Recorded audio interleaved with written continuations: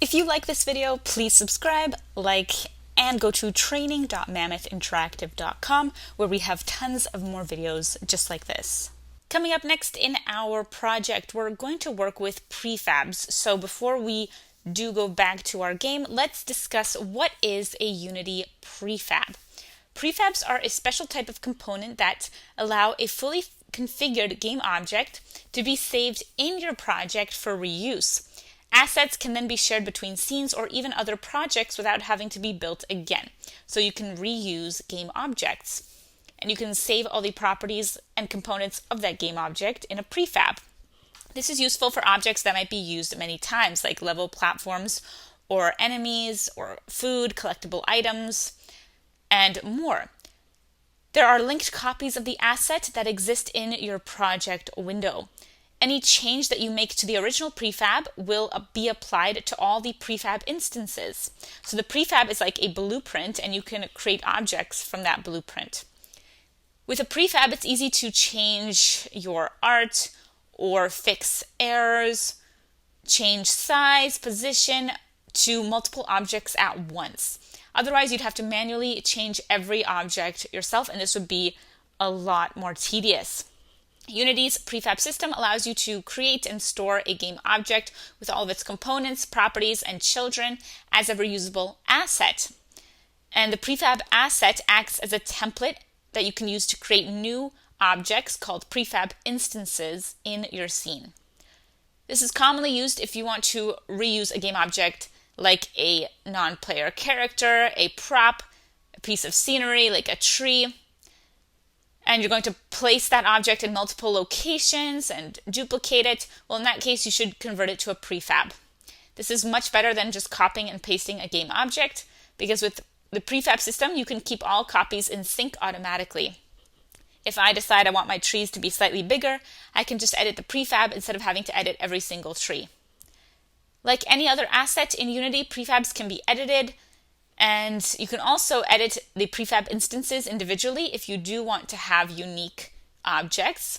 If you don't want every prefab instance to look the same, you can adjust the objects themselves, and that will not affect any other object. Only when you touch the prefab template itself, that is when every object will be affected. So you can override settings on individual prefab instances if you want some instances to be different. You can also create variants, where you can group a set of overrides together into a meaningful variation of a prefab, so you can have different versions of the same prefab. You should also use prefabs if you want to instantiate game objects at runtime that did not exist in your scene at the start. Some objects don't appear until later in the game, like if you have enemies that spawn, or power-ups or special effects, or if you have random food or random platforms being spawned, or projectiles. If a player shoots an arrow or a bullet, you might want to display a projectile that did not exist before. Characters and objects can appear at different times of the gameplay, or they can randomly appear. So for all these, you have to have prefabs.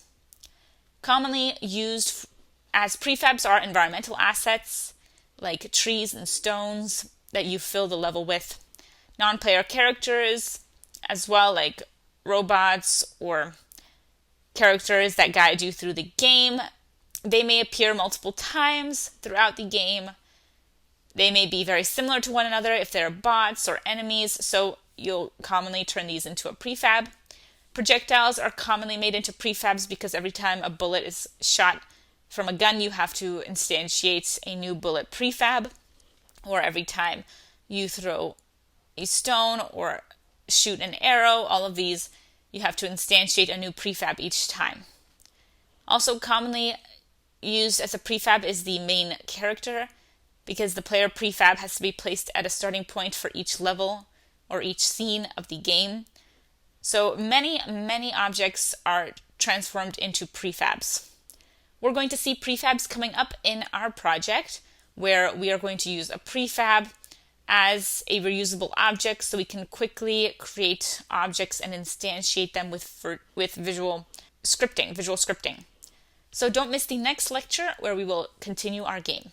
In this lecture, we are continuing our look at how to auto-generate platforms for each level in the game. Previously, we designed a level with platforms, and in this lecture, we're going to build a game mode. The job of the game mode is to manage the game. So if you want to set up a scene, it's common to put that functionality into a game mode. So in our hierarchy, I'm going to right-click and create a new empty game object.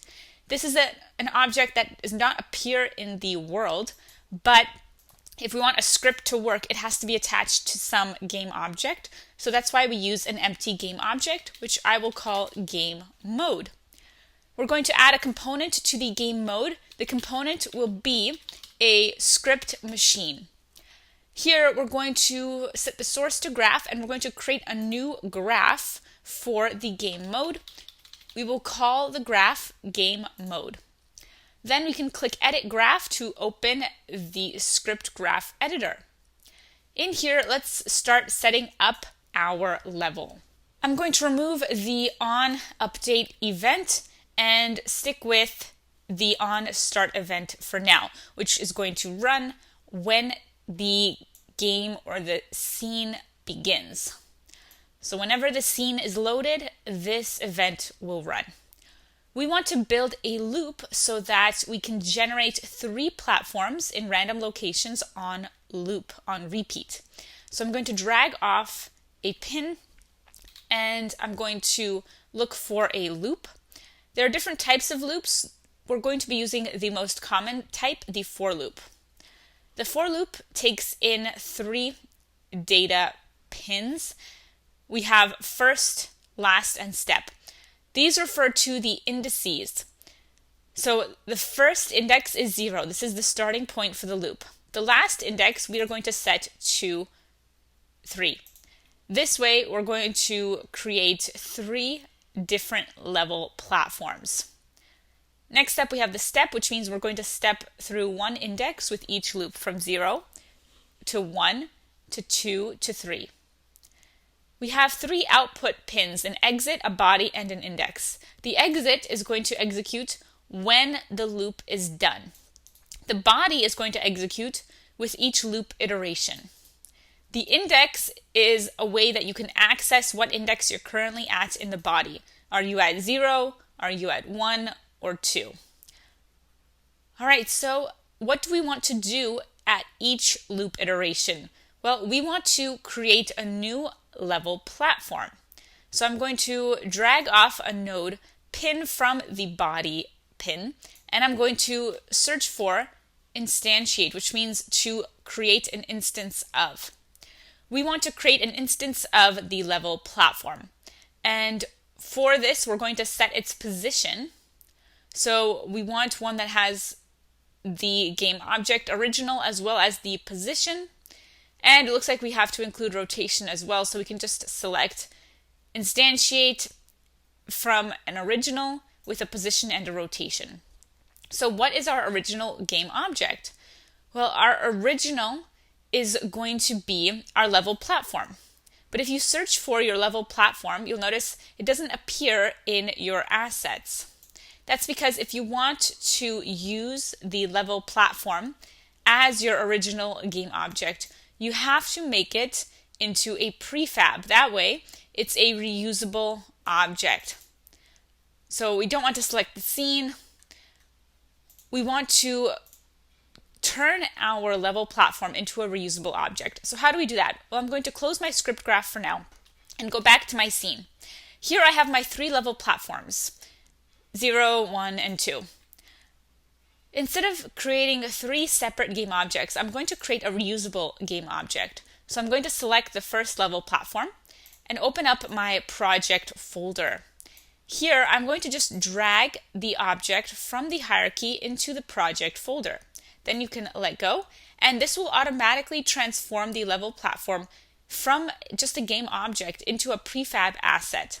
A prefab is a reusable object. So I can go to my scene and I can drag my level platform from my project folder into my game as many times as I'd like, because the level platform is now reusable. All 3 of these, or all the ones that I dragged, are now highlighted in blue in my hierarchy because they are prefab instances. Instead of just being game objects that we created, they are now prefab instances. If you double click on a prefab, you go to the prefab view or the prefab editor. If you make a change to the prefab, like you change its size, that's also going to change every instance of that prefab. So that's why a prefab is reusable, because if I change anything on my prefab, almost anything, then it's also going to be changed on the game objects.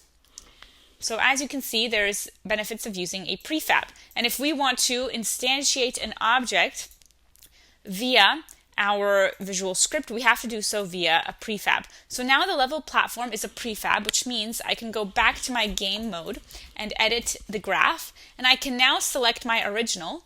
My original is going to be my level platform prefab, which is now available. So this means when the game begins, we're going to start a loop, and in the body, so at every loop iterations, we're going to instantiate a level platform. We can close our script graph and play the game to test this out.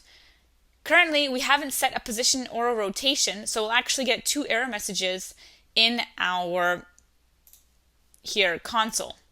So if you go back to your game mode and you edit your graph, you'll see your node will be highlighted in red, and you'll see your error message at the top, missing input value for rotation. So it looks like position was given the default 0, 0, 0, but rotation, we actually have to assign a rotation to our each instance of the level platform.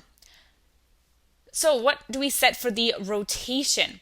Well, we're going to get the rotation of our level platform prefab. So I am going to first create a new variable under my graph variables to represent my level platform prefab. Hit enter, and then the type will be a game object. The value will be the level platform prefab. Then for the rotation, we're going to get the rotation of our level platform prefab. So first, let's get our level platform prefab variable value.